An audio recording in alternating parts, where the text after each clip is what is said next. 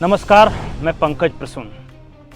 दोस्तों, UPSC exam यानी IAS बनाने का एग्ज़ाम, नौकरशाह बनाने का एग्ज़ाम, विदेशों में उच्चायुक्त बनाने वाला एग्ज़ाम, इसमें बड़े पैमाने पर फर्जीवाड़े का पर्दाफाश हुआ है।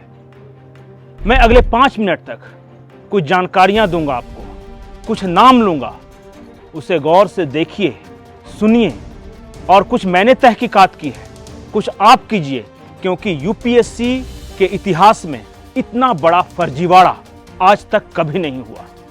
गौर से सुनते जाइए। नाम आकाश शर्मा। शर्मा जी बिहार के हैं। बिहार के होते हुए ये एसटी सर्टिफिकेट से इन्होंने यूपीएससी की परीक्षा दी और पास कर गए। अब मुझे नहीं पता कि बिहार में शर्मा कौन से एसटी होते हैं, और खास बात यह है कि आकाश शर्मा इनका नाम है। इन्होंने मेंशन नहीं किया है कि ये बिहार की किस जनजाति में आते हैं। कुछ और तहकीकात की तो पता चला कि इनके पिताजी बीबी शर्मा ये गोविंदपुर आरएस मोर कॉलेज के प्रोफेसर हैं और मां कुमारधुवी एसएचएमएस कॉलेज में लेक्चरर पद से रिटायर हुई हैं।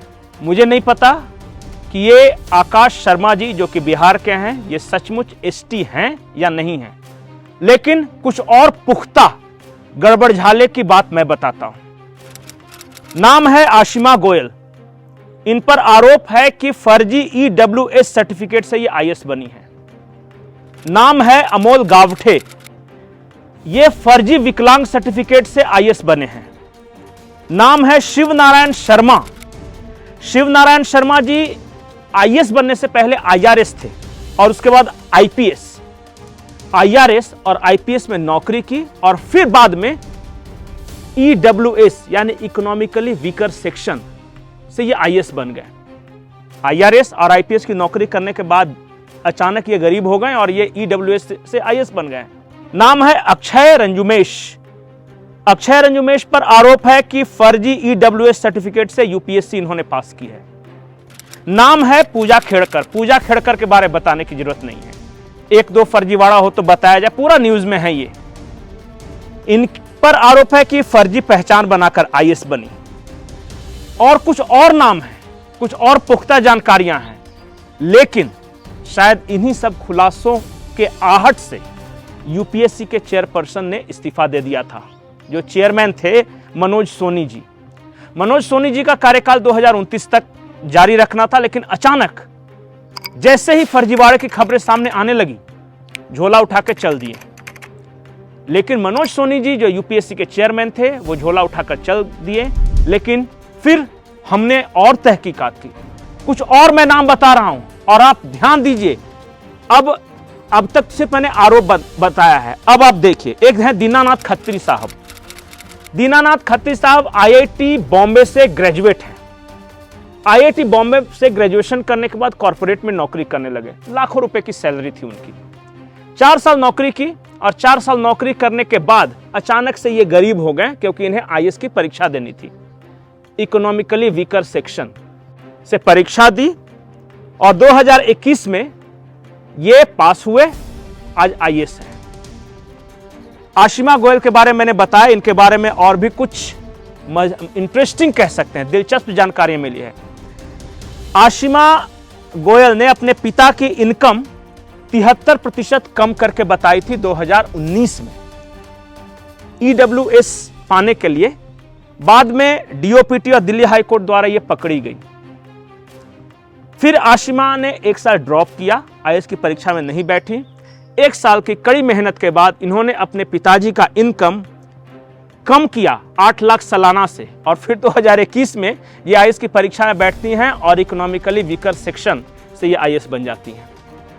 जो बच्ची 2019 में डीओपीटी और हाईकोर्ट द्वारा पिता की फर्जी इनकम सर्टिफिकेट जमा करते हुए पकड़ी गई, 2 साल बाद 2021 में इकोनॉमिकली वीकर सेक्शन में आईएएस बन गई। अक्षय रंजुमेश के बारे में मैंने बताया। 2019 में ये आईआरएस हुए थे, इंडियन रेवेन्यू सर्विसेज।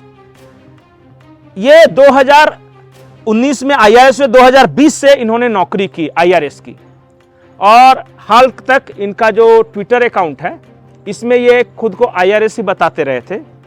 2023 में मतलब 20 से 2023 3 साल IRS नौकरी करने के बाद ये भी इकोनॉमिकली वीकर सेक्शन में आ गए और इन्होंने IAS की परीक्षा दी और पास हुए। ये रिकमेंडेड कैंडिडेट की लिस्ट में शामिल थे EWS में। अब अमोल आवटे, इनकी कहानी बड़ी मजेदार है। अमोल आवटे सेना में कर्नल थे। UPSC 2021 में 678 रैंक इनका आया है। अब 678 रैंक को शायद IAS न मिलता, लेकिन अमोल आवटे साहब ने दिव्यांग सर्टिफिकेट लगाया और उस दिव्यांग सर्टिफिकेट में क्या था लिखा हुआ था पता है? Multiple disabilities. ये सेना में कर्नल थे और मल्टीपल डिसेबिलिटीज इन्होंने बताया। इन्होंने कहा था कि एक बार चोट लग गई मुझे, इसलिए मैं दिव्यांग हो गया। लेकिन दिव्यांग सर्टिफिकेट मल्टीपल डिसेबिलिटीज से IAS करने के बाद इनका एक वीडियो वायरल हुआ। उस वीडियो में ये अपने साथी IAS ओंकार शिंदे के साथ बास्केटबॉल खेल रहे हैं। अब मल्टीपल डिसेबिलिटीज वाला बच्चा दिव्यांग सर्टिफिकेट बनाकर जो IAS बना है वो बास्केटबॉल खेल रहा है और वीडियो में दिख रहा है। जब ये वीडियो वायरल होने लगा तो अमोल आवटे ने अपना सोशल मीडिया अकाउंट डिलीट कर दिया। ये इस देश के UPSC सर्वश्रेष्ठ परीक्षा जिसकी मिसालें दी जाती है उसका उदाहरण है। जब नीट परीक्षा में फर्जीवाड़ा हुआ था तो कुछ लोग ये कहते कि UPSC में क्यों नहीं होता, बाकी नीट में SSC वगैरह में क्यों होता है। तो UPSC में भी फर्जीवाड़ा होता है। संसद में नीट पर बहस के दौरान राहुल गांधी ने एक बात कही थी। उन्होंने कहा था कि इस देश में जो कॉम्पिटिटिव एग्जाम्स की प्रणाली है that is about to collapse, उसमें बहुत सारी खामियां हैं और उन खामियों को दूर करना होगा। आज चाहे एक कॉमन SSC की परीक्षा हो जाए, स्टेट के अलग अलग स्टेट सर्विस कमीशन की परीक्षा हो जाए, BPSC हो, JPSC हो, UPPSC हो, अरे तहसीलदार से लेके, सिपाही से लेके, रेलवे से लेके UPSC तक, नीट तक सारे परीक्षा में फर्जीवाड़ा हो रहा है और ये बात कई बार साबित हो चुकी है। और इसके बावजूद अगर सरकार नहीं मानती कि इस देश के कॉम्पिटिटिव एग्जाम में उसका जो सिस्टम है वो कोलैप्स कर रहा है, उसमें बहुत बड़ी गड़बड़ियां हैं, तो ये सरकार की कमी है। आइए सबसे पहले सुनते हैं कि राहुल गांधी ने क्या कुछ कहा। Speaker sir, it's obvious to the whole country. It's obvious to the whole country that there is a very serious problem in our examination system. This is not just a question of NEET, it is in all the major examinations. Now, the minister has blamed everybody except himself. Right? I don't even think he understands the fundamentals of what is going on here. आप प्रश्न क्या है आपका? आ रहा हूं sir. Sir ये मैं question को सेटअप कर रहा हूं। इसलिए प्रश्न पूछ रहे हैं।